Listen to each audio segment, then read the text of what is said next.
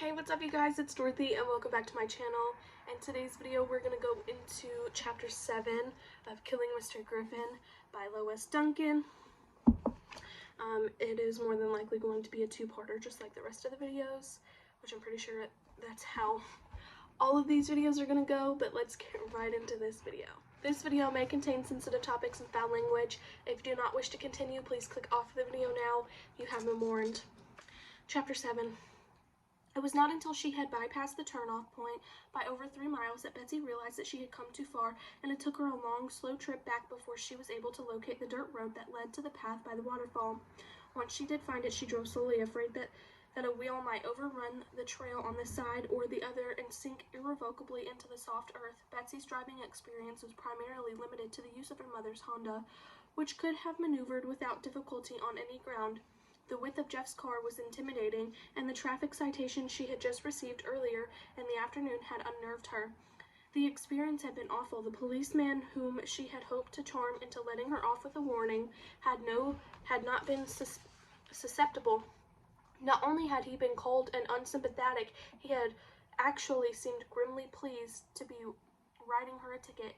"You may know my father," she told him, "Harold Klein. He's on the county commission. I don't know any bigwigs, kid." Excuse me, the policeman had said, and I'm just as glad it makes doing my job easier. Either get this paid within 5 days or make an appointment to appear in court." He had left her seething and arriving at the school parking lot to find the preliminary action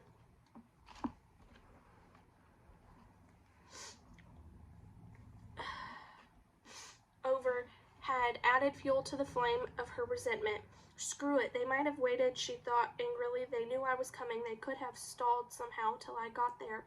Betsy was not accustomed to being thwarted. For most of her life she had gotten what she wanted when she wanted it. An only child, she had been born conveniently to parents who wanted a daughter. The fact that she had also been born blonde and cuddly had smiled early and often had made her reception even warmer. By the time she was a year old, Betsy had accepted the fact that little girls who handed out smiles and kisses could name their own rewards, and the self-confidence this acknowledged gave her served her well. In kindergarten, she was selected to serve the juice and hand out pencils. In grammar school, she collected more valentines and received more phone calls than anyone in her class. To be Betsy Klein's friend was an honor, eagerly sought by her classmates. To be someone on Betsy's shit list was social suicide. When Shauna Berman was a black-haired porcelain complexed beauty was selected to play Snow White in the 5th grade play, she found herself the only one in the class excluded from Betsy's 10th birthday party, and thereafter totally ostracized. Peer pressure reached such a point on the night of the play, Shauna burst into tears on stage, and the curtain had to be lowered. In the Christmas nativity tableau, Betsy Klein was merry, and her teachers sighed with relief.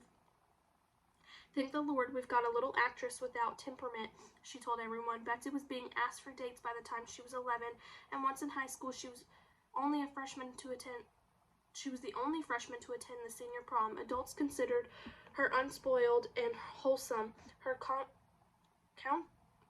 contemporaries liked her for her sparkle and charm. The fact that she was not traditionally pretty helped her popularity, for it kept boys from being uncomfortable around her and girls from being jealous. Cute was the word people used for her, and it was the way she thought of herself. "I'd rather be cute than beautiful," she had said once to her mother, who had smiled and agreed. "It lasts longer," Miss Klein had told her. "Prettiness fades, but a girl can be cute right until middle age." There were only 2 people she knew who seemed immune to Betsy's cuteness, and one was Mr. Griffin. This semester, for the first time in her life, she had found her papers getting marked down for such things as lack of originality and overuse of cliches.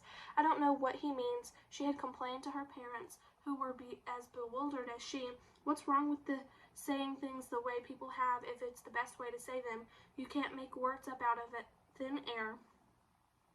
Her mother had written Mr. Griffin a note requesting that he go easier on Betsy, who was very sensitive to criticism, and her father had offered to go to the principal and have her moved to another senior section of Senior English. Betsy had left the note in Mr. Griffin's box in the office. She found it later returned with one of her papers with a notation on the bottom that said, "The best way to avoid criticism is not to earn it." The paper had received a D. She had turned down her father's offer, saying it just isn't right to change classes. If one person does it, then everybody will want to. The truth was that she would not have left the class for anything in the world. It was the only class all day that she had with Mark Kinney. Mark was the other person in Betsy's life who did not seem to notice her cuteness. At first she had thought it was because of Lana. There were boys who were attracted only to older women, and Lana, a college sophomore, had a certain sophistication about her that Betsy could not equal. But after the thing that happened last semester, when Mr. Griffin had recognized Mark's term paper as one he had read several years before when he was teaching at the University of Albuquerque, and he carried the thing in such extremes, dropping Mark from the class, checking with the college English department to determine who had access to the file of past papers, Lana's father had her transferred to a small college in the southern part of the state. "I want her out from under that boy's influence," he had been heard to say. "He's a sick kid. My daughter would never have thought of rifling that file if he hadn't put her up to it. She's obsessed by him. If he told her to jump out a window, she'd do it. It's gone far enough, and I want her out of here now." So Lana was out of the picture, and Betsy was secretly overjoyed. Surely now Mark would notice her as someone more than just a girl who had hooked up with his best friend. But it did not seem to happen, nor did Mark appear to grieve particularly over the loss of Lana. He remained the same as he had always been, cool, expressionless, in complete control of every situation except the one in which he had been forced by Mr. Griffin to plead for re-entry to the class. He accepted Betsy as he always had as part of the group of which he himself was the center, but he made no effort to see her alone or advance their relationship any further. Well, she was worth noticing, and today Betsy thought she had proved it. It was she who had provided the alibis for them all. "Well, use my tape recorder," she had told them, "and we'll be able to plant voices anywhere we want them." She had even thought, though, through the disposal of the cake. "No originality, huh?" she remarked to herself with satisfaction. This should be an original enough for anybody, and it had gone almost perfectly. When her mother got home from her card game, 3 dirty plates in the sink would testify to the fact that 3 hungry teenagers had spent the afternoon there. She had left the house in Jeff's car in plenty of time to make the action at the school ground. She even had her own nylon stocking mask in her purse. It was a stupid policeman who fouled up everything by stopping her when she was barely enough over the speed limit to register on the speedometer. The more she thought about it, the angrier she became, and by the time she reached the clearing where Mark had parked Mr. Griffin's dull green Chevrolet, her initial enthusiasm was marked by fury. She ran the car up to the point where it paralleled Mr. Griffin's, gave the key a twist, and got out. The entrance to the path, widened by the unusual amount of traffic, was no longer completely concealed by the rock. Quickly, Betsy shoved aside the few interfering branches and began the short hike that would take her back to the waterfall. The condition of the path showed that Mr. Griffin had not been led along it without a struggle. The earth was scuffed into places, bushes were trampled and broken. At one spot had evidently been a major scuffle, for there were an imprint in the soft earth though someone had fallen heavily. On the ground were some scattered coins that apparently tumbled from a pocket. A few feet further they lay a plastic bottle containing several pills. Betsy picked up the bottle, nothing that the name on the label was Brian Griffin. She hastened her footsteps, and suddenly she was upon them. Pulling herself to a halt, she drew in her breath with a combination of shock and delight. There on the ground before her, tied and blindfolded, lay Mr. Griffin. The startling part was that he did not look much different than he did in the classroom. The blindfold across his eyes only slightly diminished the severity of the sharp nose, the neat mustache, the straight, firm mouth. His shirt and jacket were smeared with dirt, but the neatly knotted tie was perfectly in place. Betsy's mood of anger fell away as though it had never existed. "It's just like he was getting ready to give a lecture," she breathed in amazement. Jeff motioned her to silence. Coming over to stand beside her, he said in a low voice, "You can't talk out like that. You've got to put on an accent or talk through your nose or something. We don't want him to recognize our voices, remember?" He glanced behind her. "Where's Sue?" "She wouldn't come." "Why not?" "I don't know. She just didn't want to. She looked like she'd been crying. That's all we need to have her crack up on us." Jeff put an arm around her shoulders. "I'm glad you're a girl with guts. Griffin's a fighter. He's not a pushover we thought he'd be. We may have to rough him up a little to get him where we want him." I wouldn't miss that for the world, Betsy said excitedly. She found her breath coming faster, and she and Jeff moved closer to the man on the ground, standing so that they could stare down into his face. Mark and David were there on their knees beside him. So how does it feel? Mark was asking in a high nasal twang, as though he had just been imported from the back of the hills of the Ozarks. How do you like being on the ground for a change? It's not so great, is it, being down where people can walk on you? Well, now you know how your students feel all the time. Mr. Griffin lay silent. Only the straining of the tendons in his neck showed that he was conscious and listening. Well, how does it feel? Mark repeated. We want an answer. Did you hear me, sir? Yes, I heard you, Mr. Griffin said shortly. Your answer, sir? My answer, Mr. Griffin said in his cold, clipped voice, is that if you know what's good for you, you'll untie this rope this instant. If it's money you're after, I don't have any on me. We don't want your money, David said. We're not thieves. What are you then, Mr. Griffin asked him, besides punks and kidnappers, that is? We are your students, present, past, and future, Mark told him, the corner of his mouth twitching slightly with the closest Betsy had ever seen him come to a smile. We are representatives of every poor kid who has ever walked into your dungeon of a classroom. We come to bring you the slings and arrows of outrageous fortune. We're here to deliver revenge. If this is a joke, Mr. Griffin said, it's not funny.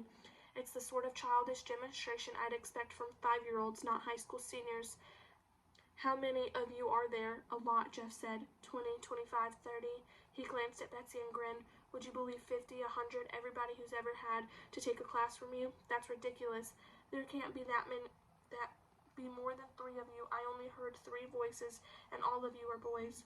Mark glanced up at Betsy and nodded. Are you sure of that? She asked, holding her nose as she spoke, so that her voice came out as nasal as Mark's had been. I'm not a boy.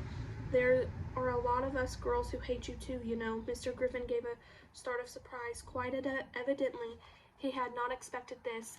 Then there was another car, he said. Some of you came in another car. There are lots of other cars, Jeff said. Dozens of them. I told you we're all here. None of us wanted to miss this. Miss what? There was a slight pause. Then Mark said, nobody wanted to miss watching you die. You want me to believe that you brought me here to kill me? Just because you don't like the way I teach? That's ridiculous. You used that word before, David said. You're repeating yourself. You shouldn't use the same adjective twice in a row like that, you know. You're sick, Mr. Griffin said. All of us? All of you who were in this? I'm sure it can't be the entire class. There can't be many teenage monsters wandering loose around Del Norte. Talking about sick, Betsy volunteered suddenly. Look what I found. She held up the pill bottle. The boys turned to her to look at her. What is it? Jeff asked. A container of pills I found back there on the path. It's Mr. Griffin's. She studied the label. This can't be right. It says it's nitroglycerin. You mean the explosive? David broke into laughter. Maybe he was one jump ahead of us in planning to blow up the school. Take one for pain of Angeria, Betsy continued reading. What's that?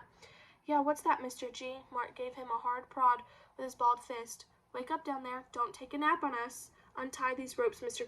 Griffin said icily. I guess he doesn't want to answer. Jeff took the pill bottle out of Betsy's hand, opened it, and poured a few pills into the palm of his hand. Is this stuff really nitroglycerin? Will it blow up? There was no response from the man on the ground. Let's try and see. Bending down, he placed the pills in a small pile on top of a flat rock. He picked up another smaller rock and held it poised over them. How high will it blow, Mr. G? Is this going to shake the forest? It won't detonate, Mr. Griffin said. There's not enough explosive in these amounted to anything. They're for medical use only. They won't explode, huh? Well, we'll see about that. Stand back, everybody. Jeff brought the stone down hard, and the pills crumbled into powder. Well, hey, now he was telling the truth. Nothing happened. Put those back in my pocket, Mr. Griffin said. He can't. They're gone. David was leaning over him, reaching to check the rope around his wrist. He paused, and then asked in his natural voice, What's that ring? My wedding band. No, the other ring. The one with the tree on it. I've seen it before someplace. Watch your voice, Mark hissed. What's the ring with a tree? David struggled to force his voice into an accent that was a mixture of French and Spanish, but his eyes did not move from Mr. Griffin's right hand. Have you always worn that ring? It's my college ring. Yes, I've always worn it. How long are you going to keep playing this game? Take off the blindfold. I want to see who you are. How about begging us, Mr. Griffin, Mark said quietly. Begging you to take off the blindfold? We want to hear you beg. Mark's eyes were shining dark pockets under the half-lowered lids. Take off the blindfold, sure. To untie you, sure. But isn't there something more worth begging for, like your life? You really want me to believe you're planning to continue to commit murder? You better believe it, because it's true. What would you gain by doing an insane thing like that? I told you before, revenge. Revenge for every stingy, cruel, rotten, stinking thing that you've ever done to any of us. You made us crawl, now you shit.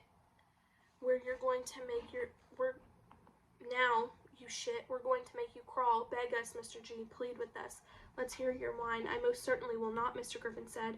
God, he's a stubborn bastard, Jeff said under his breath to Betsy. You've almost got to like him a little, you know. I don't like him. She moved closer and bent over, studying the man's face. She had never been this close to Mr. Griffin before. She could see the afternoon growth of hair prickling beneath the smooth white skin, and the black mustache moving slightly with the breath of his nostrils. His neck was thin and pale, and his Adam's apple jutted out like a doorknob. She thought he's ugly, even uglier than the policeman. In her mind, the two images drew together, overlapped, and became one. If she were to remove the blindfold, she knew she would find beneath it the policeman's cold, ice-lit stare. Make him cry, she said to Mark. I want to see him cry. He'll cry, all right. We'll make him cry. If it takes a week. Mark's face was flushed and feverish looking. How about a nice, slow death, Mr. G? Like lying right here on the ground and starving to death. I don't believe you would do that. You have too much to lose. We don't have anything to lose. All we have to do is go home and leave you here. Nobody will ever find you. Nobody knows about this place but us. The man on the ground made no answer. Look, Jeff said, aside to Mark, time's running out on us. We need to get back if things we've set up are going to work. Maybe we ought to loosen the ropes so he can work his way out of them and take off. What do you think? I think you're nuts, Mark said. He doesn't get out of here until he begs. We agreed on that, but it doesn't look like he's going to. He's going to. Don't you worry. You heard about that. He'll break. But we're out of time. Then we'll leave him, Mark said. Leave him? You mean right here? It's a good place as any. Mark got to his feet. Do you hear me? Do you hear that, Mr. G? You're in for a long, cold night. Want to change your mind? Absolutely not. Your wife will worry about you. I'm sure she will. She'll also call the police. A lot of good that will do her. They never look for you here. You can be sure of that. Mark dropped his hand to David's shoulder. Hey, what's with you? Wake up, man. I'm with you. David got up slowly.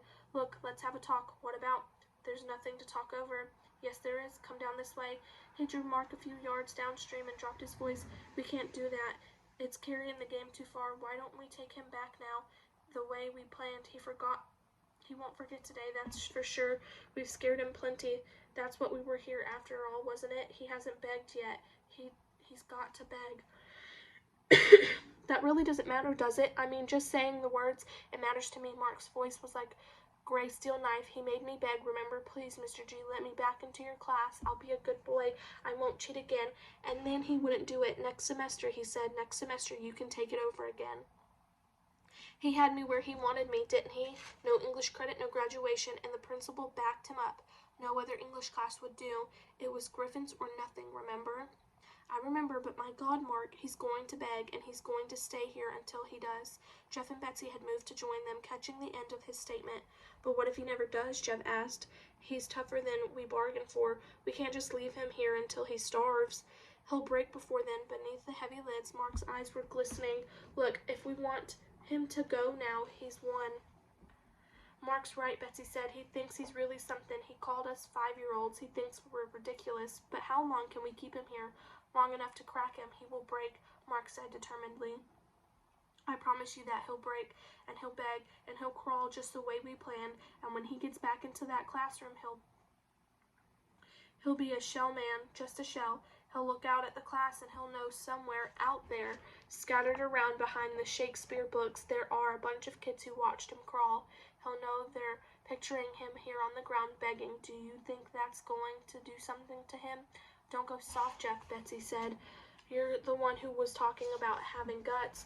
I'm not going soft, Jess said defensively. It's Dave who said we should take him back. Well, I still don't like it, David said. If we do leave him a while, we'll have to come back up here later. It can't be all night. I've got a game tonight, Jeff said, and Betsy's got to cheer. We can come back up after that. It'll be like midnight. So, Mark said, that'll give him plenty of time to think things over, to wonder if we're ever coming. Are you with me? Of course, Betsy said. It's not so long, Jeff said. Like till midnight isn't that long, maybe 7 hours. Dave, I guess I don't have a choice, do I? David said. I'm outvoted. Damned right you are. Mark turned on his heel and walked back upstream to where Mr. Griffin lay, unmoving by the waterfall. Good night, Mr. G. Enjoy your own company. It's all you're going to have for a long time. Here's your last chance. Going to ask us pretty please to let you go?" The man on the ground did not answer. "To hell with you then, sir," Mark said. "Come on, you guys." He led the way, and the others fell into step behind him. Betsy turned to throw one last look at the man by the stream. He was lying very still, only his chest was moving up and down, as though he had been running hard. Betsy had a sudden childish impulse to run back and step on his face. That is the end of chapter 7. I will see you guys in the next video. Bye.